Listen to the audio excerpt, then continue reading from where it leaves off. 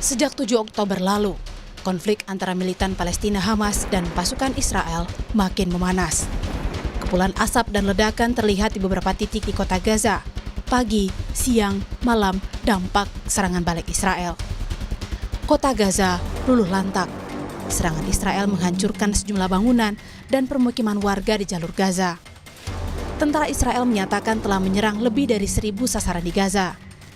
Korban saling serang antara Hamas dan Israel mencapai 1.600 jiwa. Dalam serangan yang dilancarkan, Hamas juga menghancurkan sejumlah tank milik Israel. Di tengah gencarnya gempuran pada Senin waktu setempat, Menteri Pertahanan Israel memerintahkan pengepungan total di jalur Gaza. Selama pengepungan, Israel akan memutus pasokan listrik dan memblokade masuknya makanan dan bahan bakar ke jalur Gaza. Selain bangunan rumah penduduk, Rumah Sakit Indonesia di Gaza juga tak luput dari serangan Israel. Akibatnya, sebuah mobil operasional relawan Mercy hangus terbakar dan seorang relawan lokal meninggal dunia. Aryo Brahmantio, mahasiswa Indonesia di Tel Aviv, Israel, menceritakan situasi terkini pada Selasa siang. Semenjak serangan Hamas dan para milisi Palestina lainnya pada tanggal 7 Oktober lalu, hukum militer itu telah diberlakukan di Israel, pengamanan telah diperketat. Pemerintah Israel menghimbau warga masyarakat untuk tetap waspada dan tidak meninggalkan tempat tinggal kecuali sangat terpaksa. Hampir semua kegiatan telah diberhentikan sementara atau dialihkan ke layanan online. Kantor, sekolah, toko, restoran, dan pusat perbelanjaan yang rentan keramaian ditutup. Tapi transportasi umum seperti bus dan kereta api masih diizinkan untuk berjalan dengan kapasitas yang terbatas.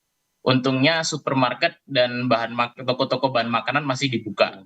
Masyarakat juga diminta untuk tetap waspada terhadap panggilan dan pasan telepon dan elektronik yang mencurigakan, sebab dikhawatirkan adanya kemungkinan serangan cyber juga. Jadi ini serangan yang sangat terkoordinasi dan sangat presisi, sudah di matang-matang perencanaannya, dan kini kita bisa melihat dampaknya di sini.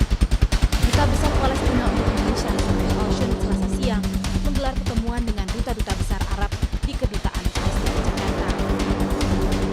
Syahir, keadaan di negaranya semakin sulit dan jauh dari kata bebas. This is the important message for today, that we are also just to say that struggling and standing and defending ourselves in our own territory and our own cities, our land.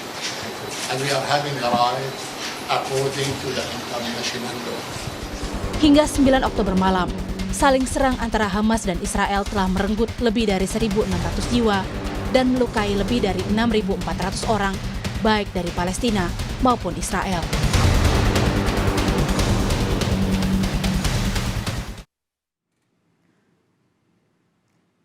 Dan saudara, untuk mengetahui perkembangan terkini, kita sudah tersambung dengan Ade Patmo Sarwono, Duta Besar Indonesia untuk Palestina dan Yordania, yang saat ini berada di Amman, Yordania melalui sambungan daring. Selamat sore waktu Indonesia, Pak Ade. Selamat sore waktu Indonesia, selamat siang dari Amman, Yordania. Iya, Pak Ade, bisa diceritakan kepada kami di Indonesia khususnya, situasi terkini di Palestina imbas perang dari Hamas dan Israel saat ini bagaimana, Pak Ade? Ya, seperti hari-hari sebelumnya, situasi dan kondisi di Palestina secara umum masih mencekam, khususnya di jalur Gaza, saling menyerang antara tentara Israel maupun milisi Hamas masih terus berlangsung. Terakhir saya dapat info bahwa Hamas kembali meluncurkan roket-roketnya ke beberapa kota yang berbatasan, kota di Israel yang berbatasan dengan jalur Gaza. Namun juga tentara Israel dikatakan sudah bisa menguasai kembali kota-kota yang semula dimasuki oleh atau diserang oleh Hamas, milisi Hamas.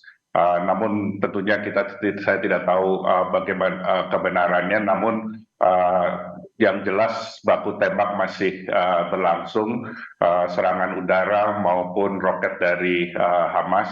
Dan di tepi barat pun juga ketegangan mulai sedikit meningkat.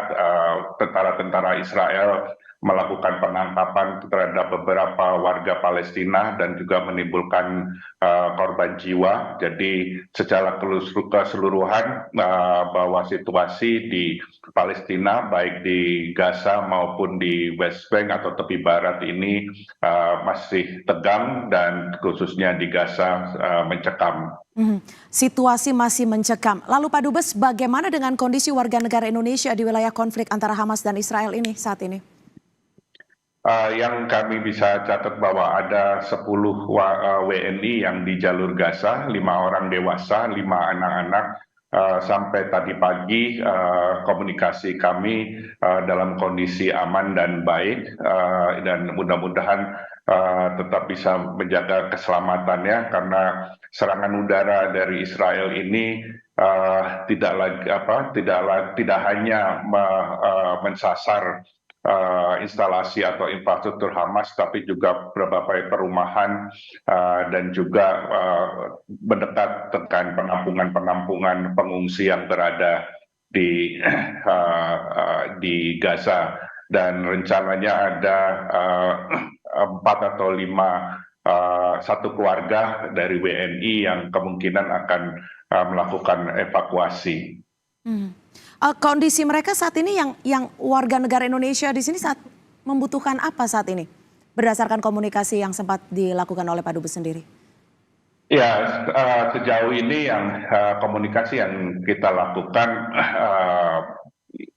ada satu keluarga beringinan untuk melakukan evakuasi karena situasi yang sudah tidak kondusif dan mencekam dan sudah merasa tidak aman, dan terkhususnya kesulitan bahan makanan. Ini yang menjadi isu utama bagi WNI karena Israel memblokade Gaza, dan juga sejak kemarin atau 2 hari yang lalu Israel juga menghentikan saluran listriknya sehingga gelap gulita dan mempengaruhi bagi warga di Gaza.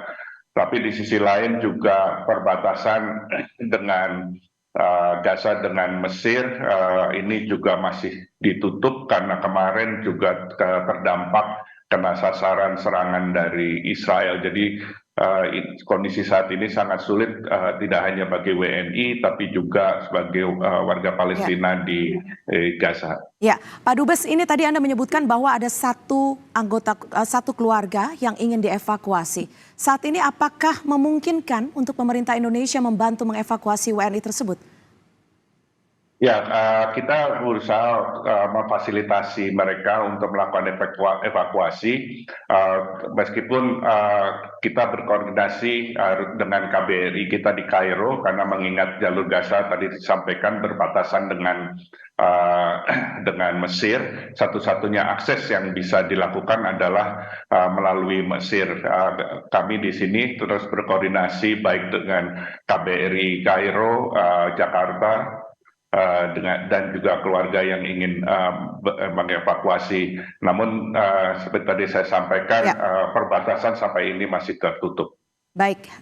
Terima kasih sekali lagi Duta Besar Indonesia untuk Palestina dan Yordania, Pak Ade Patmo Sarwono. Tetap jaga keselamatan Anda dan tentunya kami akan terus mengupdate informasi terkini dari sana. Terima kasih, Pak Ade.